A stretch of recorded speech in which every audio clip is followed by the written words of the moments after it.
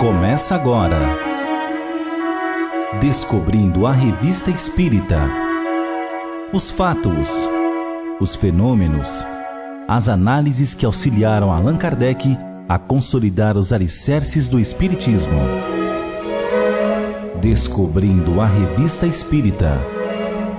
Pesquisa e apresentação, Luiz Armando de Freitas Ferreira.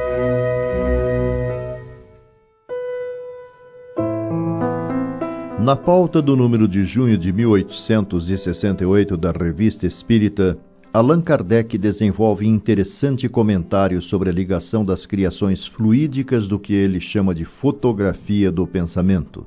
Diz ele: os fluidos espirituais que constituem um dos estados do fluido cósmico universal são, a bem dizer, a atmosfera dos seres espirituais.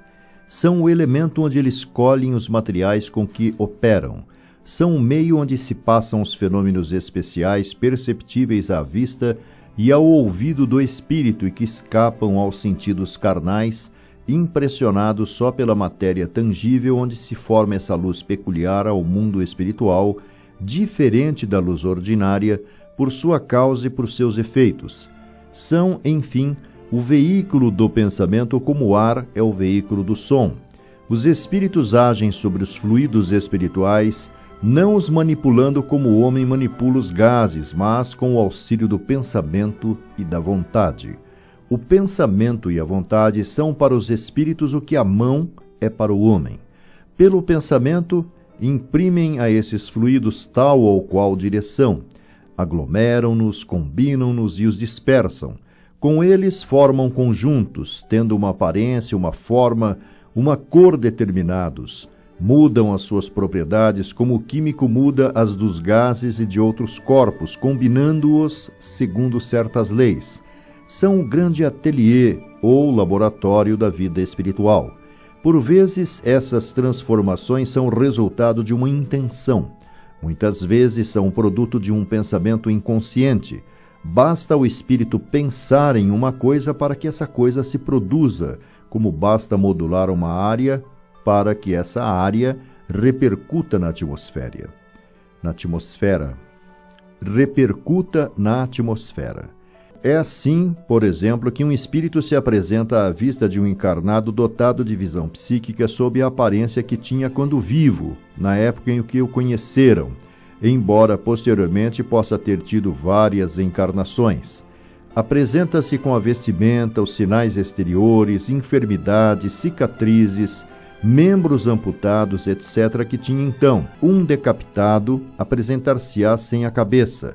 Isto não quer dizer que tenha conservado esta aparência. Certo que não, porque com o espírito nem é coxo, nem maneta, nem caolho, nem decapitado, mas seu pensamento, reportando-se à época em que assim era, seu perispírito torna instantaneamente as aparências que deixa instantaneamente desde que o pensamento cesse de agir. Se, pois, uma vez foi negro e outra branco, apresentar-se-á como negro ou como branco, conforme aquela das duas encarnações, sob a qual for invocado e à qual se reportará seu pensamento. Por um efeito análogo, o pensamento do espírito cria fluidicamente os objetos de que tinha o hábito de se servir. Um avarento manejará o ouro, um militar terá suas armas e o seu uniforme, um fumante o seu cachimbo, um trabalhador a sua charrua e os bois, uma velha a sua roca.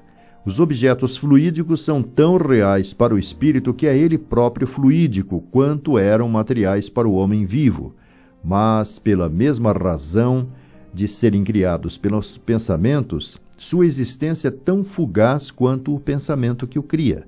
Sendo os fluidos o veículo do pensamento, trazem-nos o pensamento como o ar mostra o som. Pode-se, pois, dizer-se com toda a verdade que há nesses fluidos ondas e raios de pensamento que se cruzam sem confundirem-se, como há no ar ondas e vibrações sonoras. Como se vê, é uma ordem de fatos inteiramente novos que se passam fora do mundo tangível e constituem-se, assim se pode dizer, a física e a química especiais do mundo invisível.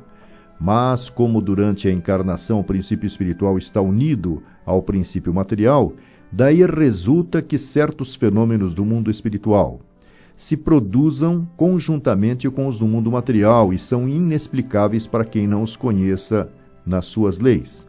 O conhecimento dessas leis é, pois, tão útil aos encarnados quanto aos desencarnados, pois só ele pode explicar certos fatos da vida material. Criando imagens fluídicas, o pensamento se reflete no envoltório espiritual como num espelho, ou ainda com essas imagens de objetos terrestres que se refletem nos vapores do ar.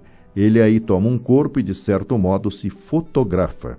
Se um homem, por exemplo, teve a ideia de matar o outro, por impassível que esteja no seu corpo fluídico está colocado em ação pelo pensamento, o qual reproduz todas as nuances. Executa fluidicamente o gesto, o ato que tem o desígnio de realizar. Seu pensamento cria a imagem da vítima e a cena inteira se pinta como num quadro tal qual está em seu espírito. É assim que os movimentos mais secretos da alma repercutem no envoltório fluídico, que uma alma encarnada ou desencarnada pode ler em outra alma como num livro e ver o que não é perceptível pelos olhos do corpo. Os olhos do corpo veem as impressões interiores que se refletem nos traços do rosto, a cólera, a alegria, a tristeza, mas a alma vê nos traços da alma os pensamentos que não se traduzem no exterior. Contudo, conforme a intenção, o vidente bem pode pressentir a realização do ato que será a sua consequência, mas não pode determinar o momento em que se realizará, porque circunstâncias ulteriores podem modificar os planos preparados e mudar as disposições. Ele não pode ver o que ainda não está no pensamento. O que vê é a preocupação do momento ou habitual do indivíduo, seus desejos, seus projetos, as suas boas ou más intenções. Daí os erros nas previsões de certos videntes quando um acontecimento está subordinado ao livre-arbítrio do homem. Não podem senão pressentir sua probabilidade conforme o pensamento que vê mas não podem afirmar que ocorrerá de tal forma, de tal maneira, nem em tal momento. A maior ou menor exatidão nas previsões, além disso, depende da extensão e da clareza da visão psíquica. Em certos indivíduos, espíritos ou encarnados, ela é difusa ou limitada a um ponto, ao passo que em outros é clara e abarca o conjunto dos pensamentos e das vontades que devem concorrer à realização do fato. Mas, acima de tudo, há sempre a vontade superior que pode, na sua sabedoria, permitir uma revelação ou impedi-la. Neste último caso, um véu impenetrável é lançado sobre a visão psíquica mais perspicaz. A teoria das criações fluídicas e, por consequência, da fotografia do pensamento é uma conquista do espiritismo moderno e, de agora em diante, pode ser considerada como adquirida em princípio, salvo as aplicações de detalhe que são resultado da observação. Esse fenômeno é incontestavelmente a fonte das visões fantásticas e deve representar grande papel em certos sonhos. Pensamos que aí pode ser encontrada a explicação da mediunidade pelo copo d'água. Desde que o objeto que se vê não pode estar no copo, a água deve fazer o papel de um espelho que reflete a imagem criada pelo pensamento do espírito. Essa imagem pode ser a reprodução de uma coisa real, como a de uma criação de fantasia. Em todo caso, o copo d'água não é senão um meio de a reproduzir, mas não é único. Como prova a diversidade dos processos empregados por alguns videntes, ele talvez convenha melhor a certas organizações.